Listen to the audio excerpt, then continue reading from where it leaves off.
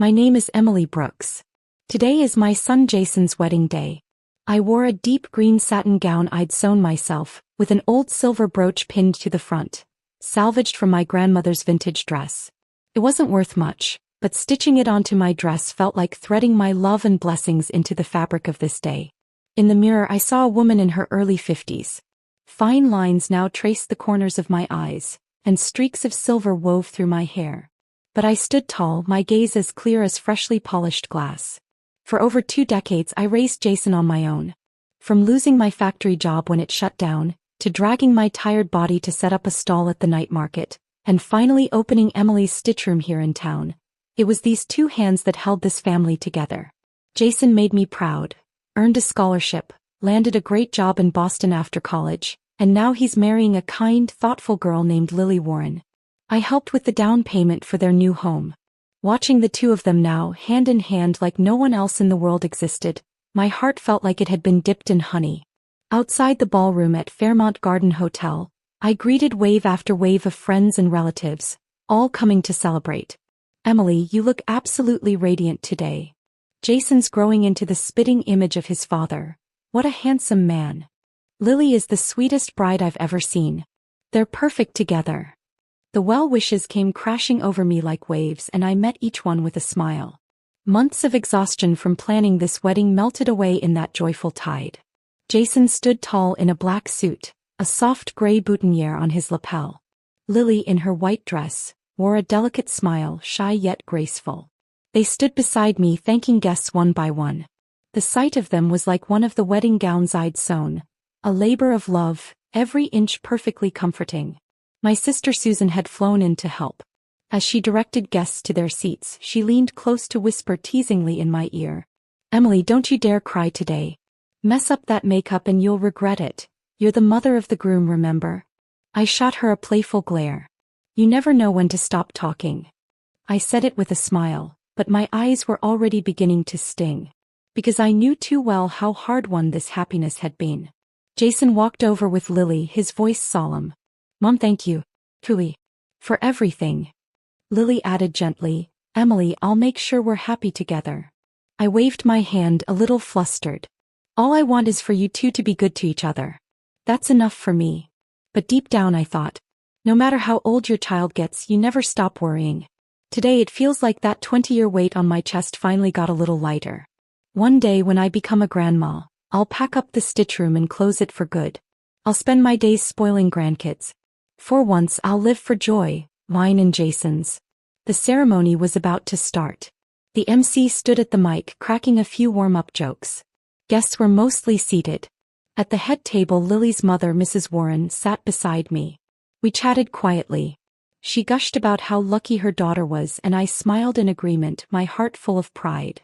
That's when, out of the corner of my eye, I caught a figure wobbling through the ballroom entrance. His hair was greasy and slicked back. The suit on him looked borrowed, shoulders drooping, pant legs creased, and his tie hung crooked like he'd just rolled out of bed. He scanned the room, eyes darting nervously, like he was searching for someone. A chill surged through my spine. Something about his presence felt all too familiar, and utterly wrong. I narrowed my eyes to get a better look. Deeper wrinkles, oily skin, a sleazy smirk that reeked of cheap lies. He looked like someone who haunted street corners whispering cons. But I recognized him in an instant. It was him. Gregory. The man who disappeared for 20 years. The one who walked out on me and Jason like we were nothing. I'd long assumed he'd dropped dead in some sleazy casino face down on a craps table. And now he shows up. At my son's wedding? Who the hell told him? How did he even know Jason was getting married today? My mind exploded with a thunderclap. It was like a bomb had gone off right next to my ear. All the blood in my body turned to ice. My heart thudded so hard it felt like it was going to punch through my ribcage. And then he saw me. His eyes froze for a split second, then that familiar, greasy grin spread across his face. The same one I used to dread. He flashed a row of nicotine-stained teeth, fake warmth dripping from every pore. "Emily," he said, his voice loud enough to slice through the music. "Jason's getting married and you didn't even tell me?" People started turning toward us. Guests at nearby tables lowered their forks and looked over, curious. If I hadn't done some serious digging, I wouldn't have known the groom's father wasn't even given a seat. He started walking toward the head table, shoulders swaying in that smug, entitled way, dragging that crumpled suit behind him like it still meant something. The rage in my chest ignited like a struck match. This was the man who drained every cent we had, right down to Jason's emergency hospital fund when he came down with a high fever. He vanished without warning, without a note. He left behind a sick child and a mountain of gambling debt. I still remember holding my feverish son, kneeling in that waiting room, begging the doctor to treat him first. We'd figure out payment later. I sewed clothes by day, hawked them at the market by night, and survived on 3 hours of sleep. I got us through it. Not him. And now, with one snide question, why didn't you tell me? He thinks he can wipe out 2 decades of betrayal. The fury inside me surged upward, boiling over.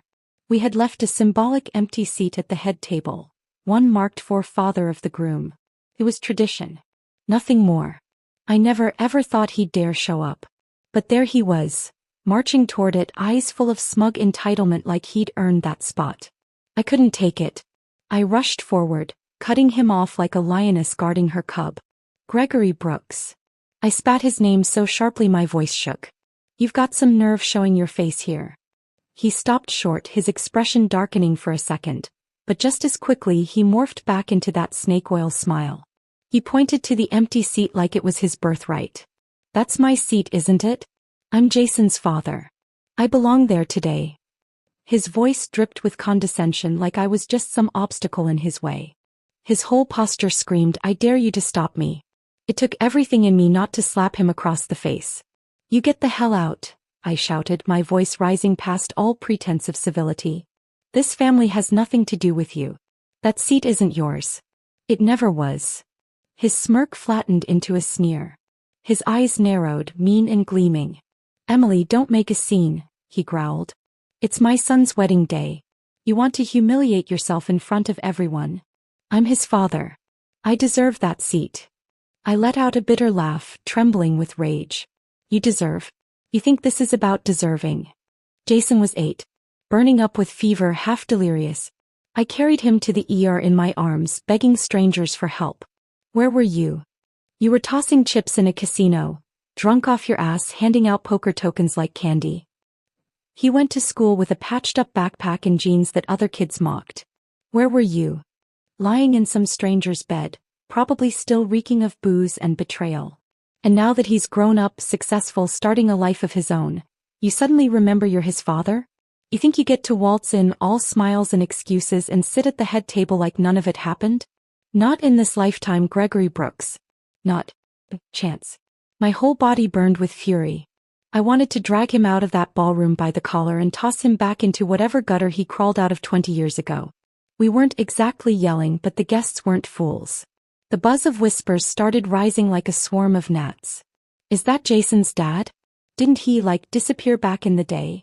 Looks like he's here to stir up some drama. Oh, this is about to get good. Ugh, seriously? Emily's arguing with her ex at the wedding? What a mess. Some of the voices carried gossip, others judgment, and a few even pity. But it didn't matter what kind. Each whisper landed like a dagger in my back. I could feel the heat crawling up my neck like I was being stripped bare in front of everyone. I'd spent 20 years building a life. A name. And now this shameless bastard was tearing it all down, just by showing his face. Jason and Lily had clearly sensed something was wrong. They rushed toward us. Jason's smile was long gone, replaced by a deep frown, his eyes filled with shock and rising fury. Lily tugged at his sleeve, her voice low but urgent. Jason, who is that? Her tone was a mix of confusion and concern. Behind them, Mr. and Mrs. Warren were fast approaching as well, their faces tight with visible disapproval. Clearly, this was not part of the wedding program they had expected. A few of Jason's closest friends stood nearby, and one of them was already rolling up his sleeves like he was ready to step in and drag Gregory out. But Jason gave them a single look and they froze. He didn't want to make a scene. I understood that. But some men, if you don't tear off their masks right there in front of everyone, they'll just keep performing. I looked at my silent son, then at Gregory's smug, self-satisfied grin, and something inside me snapped. I took a deep breath. My voice was trembling with rage, but I kept it steady as best I could. Gregory Brooks. I spat out his name like lead weights hitting concrete. You have the gall to stand here and call yourself a father? When Jason was 8 and burning up with fever, I ran from house to house, begging for help to get him treated. Where were you? You were at a poker table, drunk, smoking, laughing your ass off. When Jason went to school with a torn-up backpack and jeans stitched at the knees, the kids made fun of him. Where were you? Rolling around behind some bar with whatever woman was willing to take you home? He studied his heart out, got into college, cried with joy when that acceptance letter came. Did you even know who he was then? And now, just because you heard he's getting married, because he's somebody now, you come crawling back, tossing around the word son like you earned it? I turned to him fully, my voice rising above the murmur of the guests. I've got news for you, Gregory. There's no place for you in this family. Jason, he doesn't have a father like you. Gasps and whispers echoed through the room, but I didn't care. Every word was a nail driven into the coffin of his pathetic comeback story. If he had an ounce of decency left, my words should have scorched him to the bone. Blood might tie people together, I said, my voice dropping to a cold, deliberate whisper, but it can't tether a heart that rotted long ago. Jason doesn't need a parasite showing up just to bask in the glow of his success. He doesn't need the stain of you on what should be the happiest day of his life. For a brief moment, something twitched across Gregory's pudgy face. Maybe a flash of embarrassment, even shame. But it didn't last. He slipped right back into his usual mask. The shameless smirk, the faux earnest eyes. The performance. Gregory drew in a dramatic breath and let out a sigh like he was about to deliver a Shakespearean monologue. He raised a hand and dabbed at the corner of his eye, as if tears were there. They weren't. Not a trace of moisture in those bloodshot eyes. Eventually he managed to squeeze out a few crocodile tears, rubbing them theatrically between his fingers like they were proof of his suffering. He looked ready to launch into a full-blown confessional. Emily, he croaked, voice thick with fake emotion, I know I did you and Jason wrong. I've spent the last 20 years living with that guilt. Every day I thought about him. I regretted everything. He sniffed loudly like some wounded soldier returning from war instead of a conman cornered by his past. I didn't want to leave. He suddenly raised his voice as if injustice had been done to him. I was set up. I owed a lot of money to loan sharks. They said if I didn't pay they'd come after you and Jason. I had no choice. I had to run, to protect you. He dropped his gaze, shaking his head like the weight of the world was on his shoulders, like he was the one who'd been abandoned. These years, I've done it all. Worked construction sites, washed dishes in diners. Slept in my car, ate once a day sometimes. All I ever wanted was to make things right someday. To save up enough, come back home and face you like a man. Then he turned toward Jason, his face twisted into a caricature of heartbreak. You'd think he was about to fall to his knees and beg for absolution. Jason, Gregory choked out, his voice wobbling with exaggerated emotion, your dad knows he was wrong. I really, truly know I was wrong. Just let me be here today, just this once. Let me see you get married. That's all I want. It's the only wish I have left in this life. After today I'll do whatever you ask. You want me to scrub floors like a servant? Fine. I'll do it. His body trembled as he spoke, chest heaving like he was about to faint from the weight of his own remorse. A few guests who didn't know the backstory began murmuring, unsure. One even whispered, well, he does seem kind of pitiful. But me. I stood there listening to his Oscar-worthy performance with a rising wave of nausea curling in my gut. 20 years had passed and somehow his lying had only improved. Every tear, every sigh, every dramatic pause choreographed to perfection. Too bad he couldn't hide the truth written all over his face. That bloated body, that slick, greasy skin. This was not the look of a man who'd been sleeping in his car and eating scraps. If he hadn't laid it on so thick I might have almost bought it. He wasn't driven away by loan sharks or desperate to protect us. He gambled himself into a hole, burned through every penny we had, borrowed from every relative we knew, took out loans from people you never want to owe, then disappeared overnight. Jason was sick in bed and this man didn't even look back. And now he's repackaged himself as the tragic, broken-hearted father coming home? I stole a glance at Jason. My sweet, soft-hearted son. He's always been kind, always wanted to believe the best in people. And no matter how grown up he is now, some part of him probably still wants to believe that Dad could mean something. Especially today of all days. I clenched my fist so tight my nails bit into my palms. And then, like vultures circling a fresh kill, they started showing up. People I hadn't seen or heard from in decades, suddenly announcing themselves as Gregory's relatives. Not one of them had sent so much as a birthday card over the years, yet here they were, right on cue. A man stepped forward claiming to be Gregory's cousin. He cleared his throat like he was preparing for a sermon and spoke in a tone dripping with faux wisdom. "Emily," he said in that maddeningly reasonable voice. "Gregory knows he messed up. We all make mistakes. What matters is whether a person wants to make it right. He said a lot of heartfelt things just now. Doesn't he deserve a second chance? And Jason, he's Gregory's son. Blood ties like that can't be broken." He paused, gesturing around. "It's a wedding, for God's sake. A happy day. Let's not make a scene. Don't give the Warren family something to snicker about." Before his last word even faded, a few older women chimed in, clucking like hens at a family funeral. "Oh come on, Emily, what's so unforgivable here? Can't you two just talk it out later? Don't ruin the boy's big day. It's Jason's wedding. Don't turn it into a shouting match. It looks bad."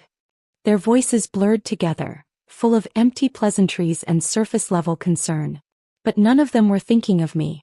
They weren't here to defend us. They were here to preserve appearances. To make sure no one had to feel awkward over their champagne toasts. They didn't understand that this wasn't some ancient spat we'd never gotten over. This wasn't about forgiveness withheld. This was about wounds that had never once been acknowledged, debts that had never been paid. The so-called cousin, now feeling pretty confident, turned to Jason, puffing up with faux authority. "Jason, you're a good kid. Talk to your mom, huh? Your dad's been through a lot too." Gregory latched onto those words like a drowning man to driftwood. He spun toward Jason with a pathetic smile plastered across his face, eyes wide with desperation, trying to look like a man reformed, like the victim who'd just been misunderstood. And I stood there listening to it all, feeling like someone had dumped a bucket of ice water over my head. "Blood is thicker than water," they said. Where was that blood when he walked out the door with our last few dollars, leaving me and Jason to face eviction, hunger, and hospital bills? Where was that sacred bond when he vanished without so much as a goodbye? And don't make this hard on the kid. Who do they think made Jason's life hard? Who abandoned him, lied to him, left him wondering what he'd done to be unworthy of a father? They think they're here to help. But all they're doing is handing Gregory a microphone and asking the rest of us to clap along. These so-called relatives, every last one of them preaching from their moral high ground. Not one had stood by me when I was drowning. Not one had helped carry the weight. Not one had spent a single sleepless winter holding it all together with bleeding hands and a breaking heart.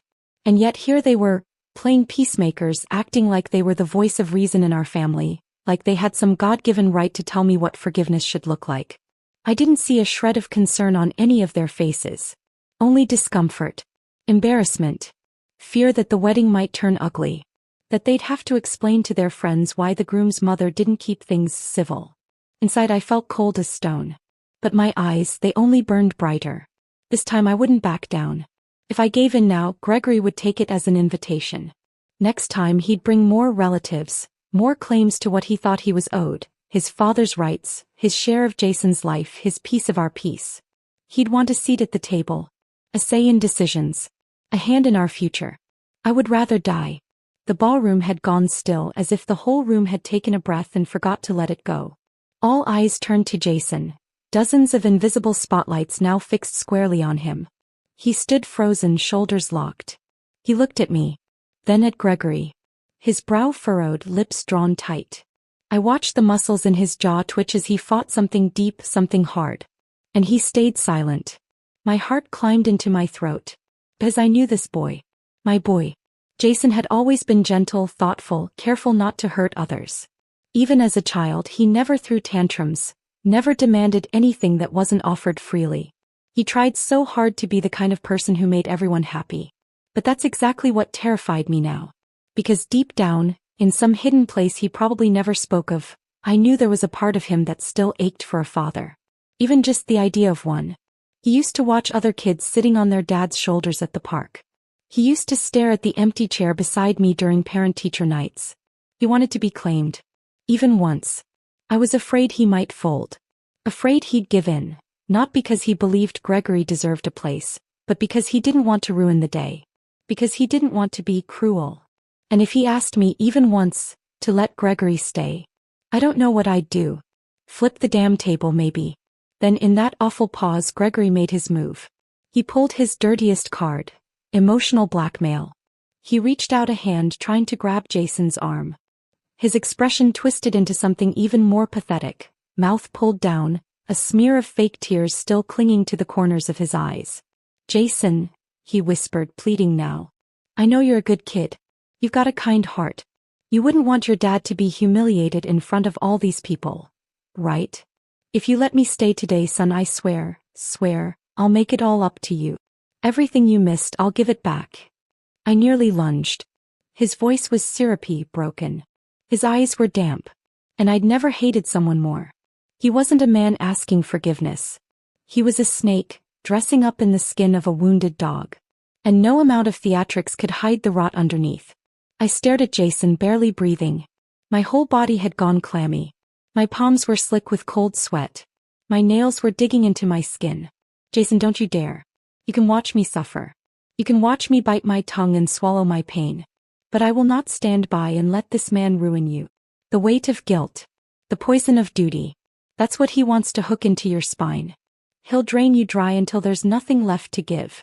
What we should fear most isn't how vicious the enemy is. It's how easily we give them the key. When we hesitate, when we retreat, when we try to keep the peace at our own expense. The room was suffocatingly quiet. Even the soft instrumental music had been turned down, or maybe I just stopped hearing it. Gregory sniffled for effect. No one else dared speak. And then, just when I thought I might scream from the pressure, Jason finally spoke. His voice was soft, but it cut clean through the silence like a blade. Dad, he said. Gregory lit up like he'd won the jackpot. His mouth curled into a grin. Eyes sparkled with smug relief. He thought he'd won. My heart dropped. My palms went ice cold. Jason looked at Gregory and said calmly, You want to sit at the head table? Fine. Gregory's face lit up instantly. He nodded eagerly, voice cracking with excitement. Good boy, I knew you'd. Jason raised a hand and cut him off. But nothing in this world is free. The room fell into an eerie hush. Even the sound of a server pouring water in the distance seemed unnaturally loud. All eyes turned to Jason, including Gregory's, still half frozen in a forced smile, and mine, wide with disbelief. Jason slowly reached into the inner pocket of his suit and pulled out a single sheet of paper. Crisply folded. Clean edges. Like he'd been carrying it for this moment. He walked to the head table, placed it in the empty chair where Gregory had aimed to sit, unfolded it with care and began writing, deliberate, controlled strokes. After a few minutes he handed it to Gregory. It was a list. Line after line of neatly written numbers and expenses. A few curious guests craned their necks trying to get a peek. Jason's voice was calm. Measured. This is the cost my mother bore alone after you disappeared. Your share of raising me. He tapped the sheet. These are only the essentials. No emotional damages included. No cost for the nights she couldn't sleep, for the meals she skipped, for the tears she swallowed while trying to give me a decent life. From the year you vanished when I was 8, until I turned 18. 10 years. 10 years, he said, during which you were legally obligated to support me. Gregory opened his mouth but nothing came out. The smile on his face had already begun to collapse. Jason went on. The minimum cost of living in our town, plus basic school expenses, $10,000 a year conservatively. 10 years. That's $100,000. You owe that to my mom and to me. He turned the paper, revealing the final total. Add to that the emotional trauma you caused by disappearing and the toll on her daily life. I haven't included interest. I haven't asked for therapy fees. I'm rounding low, $50,000 flat. That brings the total to $150,000. Jason stood tall now, voice unwavering. I want you to pay that. Right here. Right now. Cash, wire transfer, or check, your choice. You want to sit at the head table? Want to claim the title of father? That's the price. You pay, I'll pour you a drink myself. You can walk me into the banquet hall. But if you can't pay? If you brought nothing to the table, then you don't get a seat at it. You don't even get to stand here. I was stunned. Completely floored. My son, the quiet one, the gentle one who always avoided conflict, had just delivered the most brutal, righteous reckoning I'd ever seen. No shouting. No rage.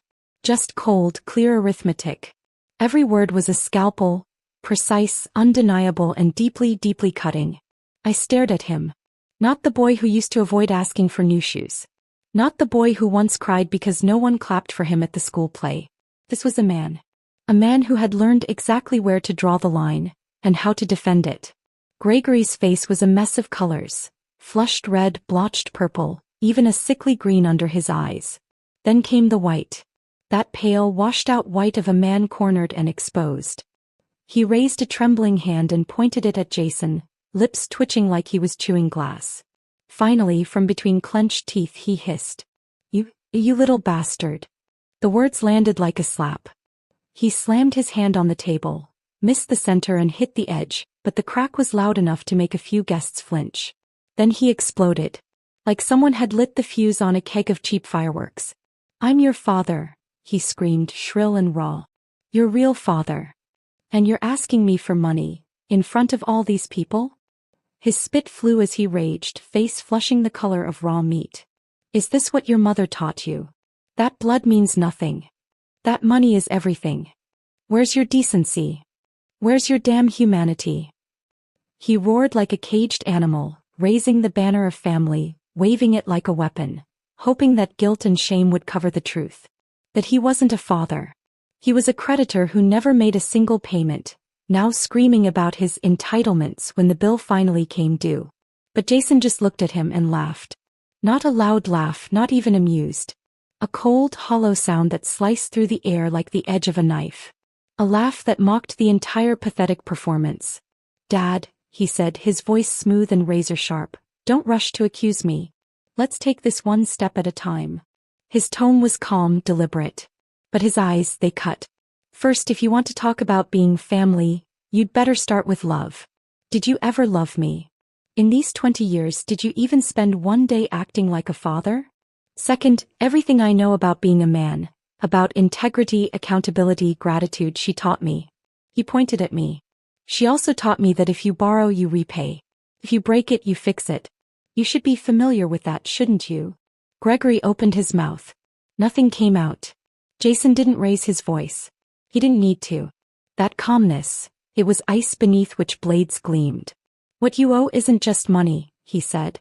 "You owe her 20 years of her life. You owe every moment you walked out of mine. The missed birthdays, the empty bleachers at every game, the silence where a father's voice should have been. But I'm not charging you for that. I'm only asking for the money," he said. "And frankly, that's me giving you the discount of a lifetime, just because you happen to be the man who got my mother pregnant." The entire room went still. You could hear the air tighten. Jason paused a beat, then shifted gears.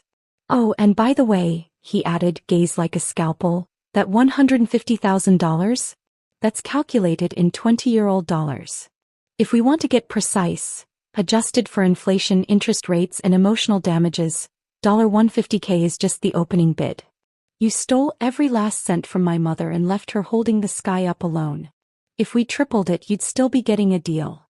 He slipped his phone from his pocket and held it up. "So what's it gonna be? Bank transfer or check? I'm ready either way."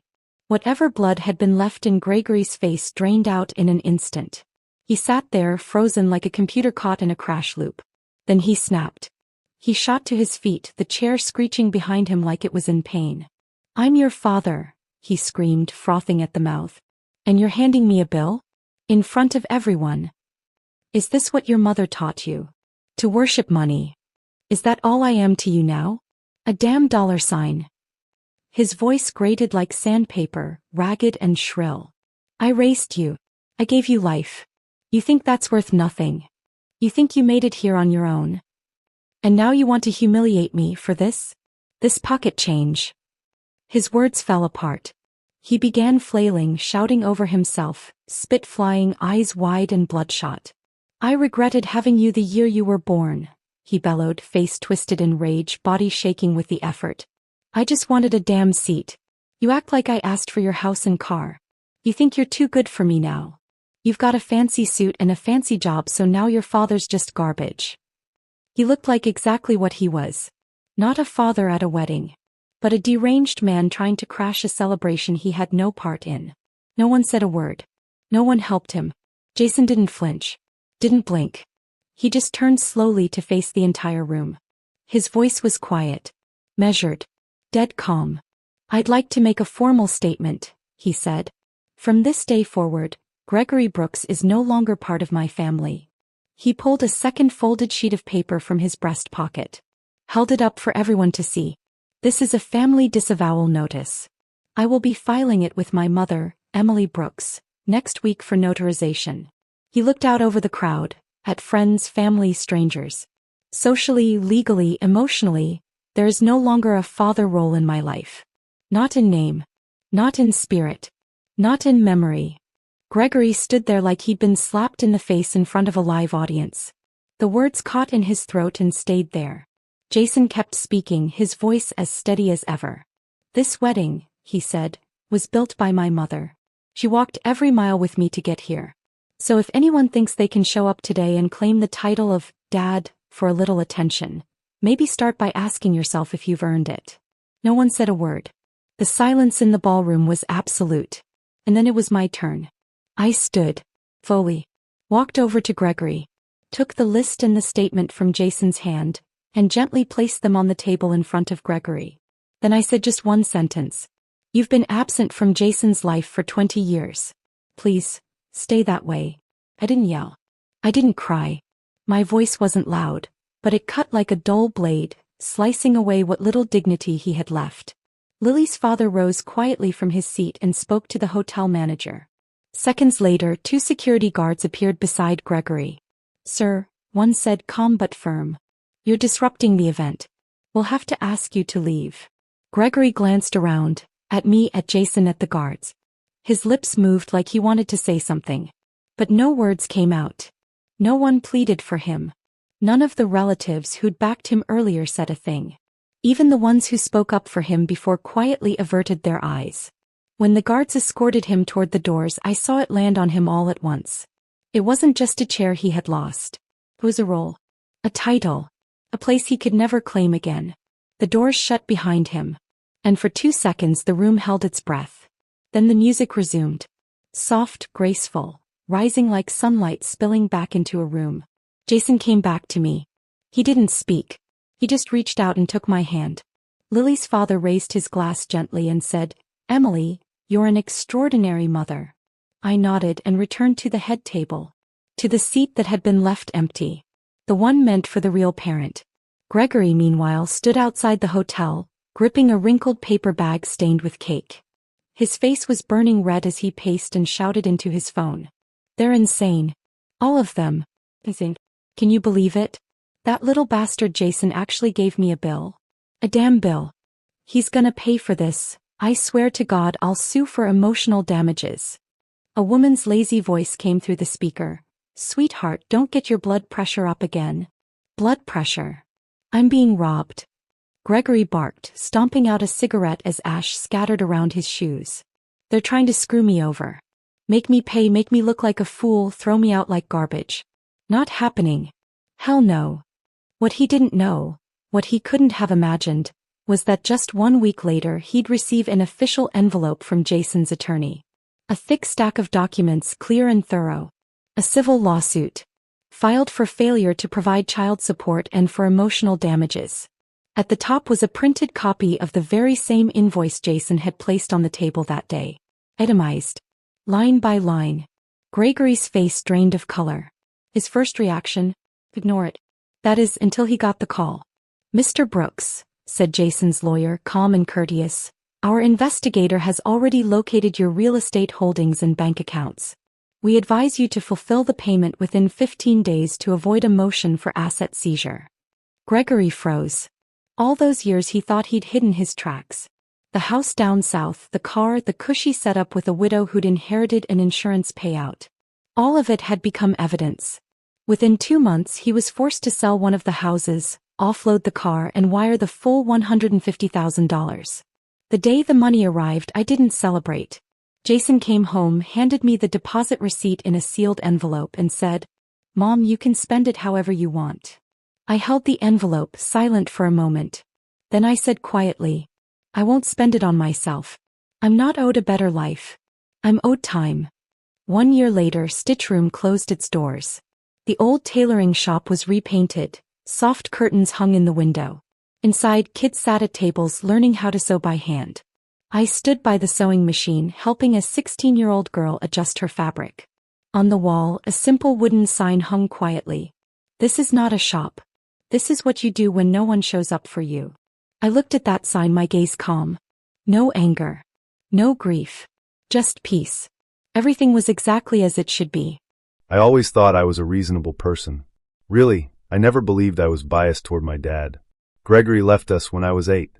Sure, he'd call once in a blue moon, maybe send a birthday card. I didn't know him, not really. But those scraps of contact left faint fingerprints in my memory, and I guess part of me held on to them. As for my mom, Emily, she was strong.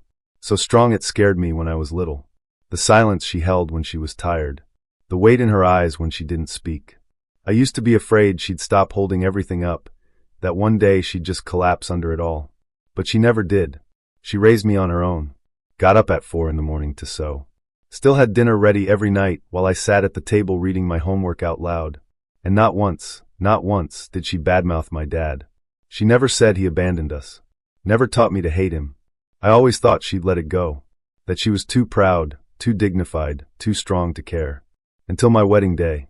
Gregory walked in wearing a wrinkled gray suit and sunglasses, like he was crashing a reunion he never RSVP'd for. And he sat, right down in the seat we had reserved for someone who'd earned it. At first I was stunned. Then I was furious. Not because he sat down, but because I saw the flicker in my mother's eyes. That tiny involuntary shift. The way she turned her head slightly, not to cry, not to speak, just to look away. As if 20 years of sacrifice, of silence, of strength, had just been erased. Like none of it mattered. And suddenly I understood so much. I thought her calloused hands were just what moms had. I thought the needle pricks and sleepless nights were just part of the job. But she didn't owe me any of that. I owed her something. A reckoning. A line drawn in the sand. A truth spoken out loud. So no, that list I read at the wedding wasn't a spur-of-the-moment stunt. It wasn't rage. It wasn't drama. It was accounting. My first act as an adult, to close the books on a debt that had lived too long in silence. Gregory couldn't even look me in the eye. He didn't glance once at the list. And I saw him for who he was. A man who never intended to take responsibility. He came for attention, not redemption. He wore the word father like a costume, hoping it would get him respect he hadn't earned. He didn't even say, "I'm sorry." In my mind, I closed the door on him that day. And I haven't opened it since. After the wedding, I thought that would be the end of it. I didn't want to drag it out. I thought humiliating him once, publicly, thoroughly, would be enough. But 3 days later, I got a voicemail from my mom. Her voice was quiet, maybe tired. "Jason," she said, "don't do anything more for me. I really don't want him in my life, not even as a shadow." And that was when I realized he already had stepped into her life. Uninvited. Loud. Entitled. He crashed her day. He tried to sit in a seat that she built with her hands, her tears, her strength. I wasn't seeking revenge. I was seeking closure. I called Cameron, one of my college friends, now a partner at a law firm. "You sure about this?" he asked. "Lawsuits aren't cheap. You ready for people to know your family story?" I clenched my jaw. "He's not my dad," I said. "He's a man who abandoned us 20 years ago and thinks we owe him a second chance." Cameron gave a small smile. "All right then. Let's file. We'll send a civil claim. Failure to provide child support and emotional harm. It's legally sound." I signed. Held the envelope in my hands. That night, I was in the kitchen doing dishes. Mom sat by the window sipping tea. "Jason," she said gently. "Yeah." She paused. "I don't want you carrying all of this because of me." I walked over, crouched beside her, met her eyes. "Mom, do you realize you always find excuses for other people? You know what kind of man he is. And still, you never even say you hate him." She looked away. "I'm not doing this for you," I said quietly. "I'm doing this for me. He didn't just come to steal your moment. He came to rewrite my idea of family. He wants me to grow old thinking that a man can vanish for 2 decades and come back with a 'well, I made you,' and just reclaim everything you built." I don't accept that. My mother's eyes filled with tears. Jason, she whispered, you've really grown up. I didn't answer. I just placed my hand gently on her shoulder. Later that night, Cameron texted me. Gregory got the letter. He said he has no money. We're filing for asset review now. 2 days later, we had it. Real estate, vehicles, even part ownership in his wife's company. I texted my mom a screenshot. He never saw us as real, I wrote. Not once. When the money hit our account, I put the receipt in an envelope and handed it to her. She looked at it, unreadable. I'm not spending this on me, she said quietly. I don't owe myself a better life. I owe myself time. She moved the funds to a new account. Named it the Stitchroom Education Fund. It wasn't to let go of the past. It was to make sure other kids wouldn't grow up waiting for someone who was never coming back. That's when I finally understood. Real strength isn't hiding your scars. It's stitching them into armor for someone else to wear.